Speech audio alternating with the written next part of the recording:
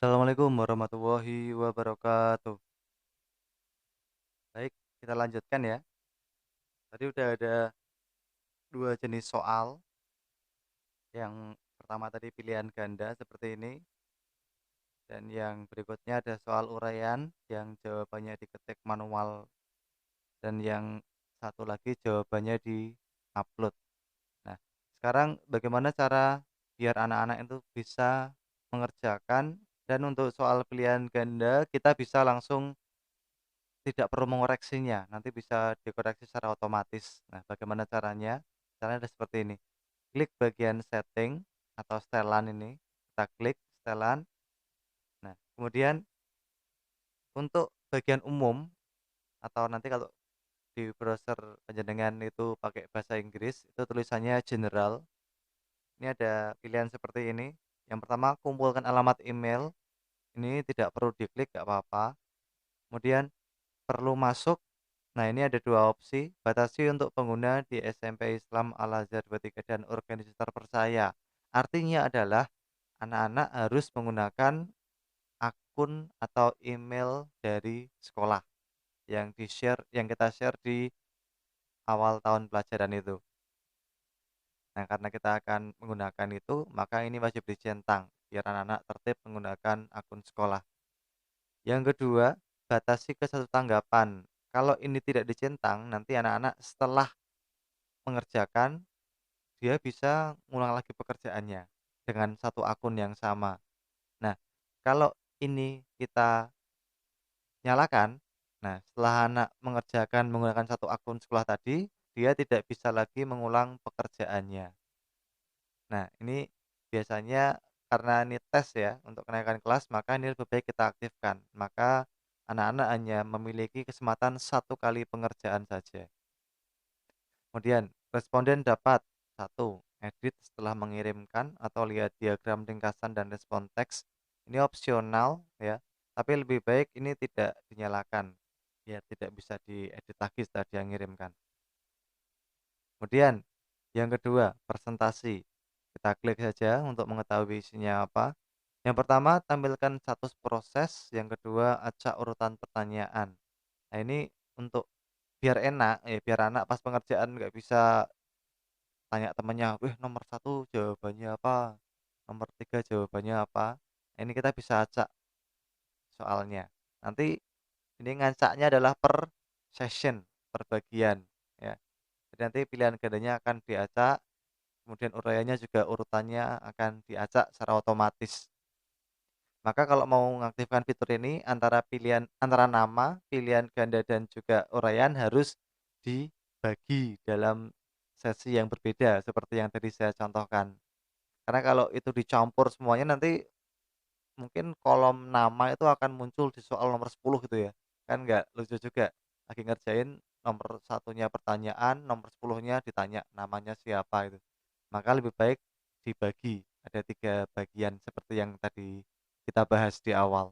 Yaitu identitas, setelah identitas kita bagi lagi. Yang kedua adalah pilihan ganda. Setelah pilihan ganda kita bagi lagi uraian. Ada 3 bagian, nanti kalau diacak, ini nanti ngacaknya adalah per bagian. Acak, kemudian ini pesan konfirmasi ini bisa kita tuliskan setelah anak nanti mengerjakan akan mendapatkan notifikasi seperti apa. Misalnya, "Selamat, kamu telah mengerjakan tes PPKN. Semoga naik kelas." Seperti itu, misalnya. Ini bisa kita custom, nggak diisi pun nggak masalah. Kemudian, nah ini yang bagian paling penting, yaitu kuis. Ini wajib dinyalakan ini. Jadikan ini sebagai kuis wajib dinyalakan. Kemudian bagian rilis nilai, ini kalau kita pilih yang ini nanti setelah anak mengerjakan dia langsung tahu skornya berapa. Kalau yang ini kita klik, anak-anak nggak langsung tahu skornya berapa. Saya sarankan pakai yang nanti saja, tidak segera setelah mereka mengirim dapat nilainya. Biar kita proses karena ada soal uraiannya, jadi kita nggak bisa langsung ngasih nilai ke anak-anak. Nah, jadi pilihannya nanti, kemudian responden dapat melihat pertanyaan tak terjawab, jawaban yang benar, nilai poin. Ini opsional, tapi saya biasanya tidak saya nyalakan. Seperti ini settingannya, kemudian disimpan. Nah, setelah disimpan, kita membuat kunci jawabannya.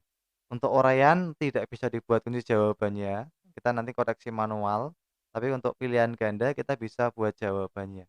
Caranya adalah yang pertama, pilih soalnya dulu. Ini misalnya saya ngambil soal nomor satu ini, klik sembarang, sini, kita turunkan dikit. Nah, bagian kunci jawaban ini kita klik. Nah, setelah kita klik, kita kasih poin nih, misalnya benar poinnya berapa. Misalnya kalau benar poinnya 2 misalnya. Kita turunkan dan kita kasih kunci jawaban, jawabannya apa. Ini jawabannya adalah C misalnya. Kemudian klik selesai. Lanjut ke soal nomor 2, kita klik lagi, kemudian kita klik lagi kunci jawaban, kita kasih poin lagi, misalnya kalau benar nilainya 2, kemudian jawabannya apa, ini misalnya jawabannya C. Kita klik selesai. Lanjut lagi. Terus kalau soal uraian bagaimana? Nah, ini. Untuk soal uraian kita bisa klik di sini, kita nggak bisa ngasih kunci jawaban kan otomatis, maka kita hanya bisa memberikan skor kalau itu jawabannya kita nilai benar. Misalnya kita kasih ya skor 4 misalnya, terus klik selesai. Berikutnya, kurang satu soal lagi, sama langkah-langkahnya, diklik soalnya, dikunci jawaban, kita kasih poinnya misalnya 4, terus klik selesai. Nah, ini adalah langkah-langkah untuk membuat form ini bisa dikerjakan oleh anak-anak. Untuk part berikutnya akan saya sampaikan bagaimana cara menaruh form ini ke dalam Google Classroom anak-anak. Sekian, terima kasih. Assalamualaikum warahmatullahi wabarakatuh.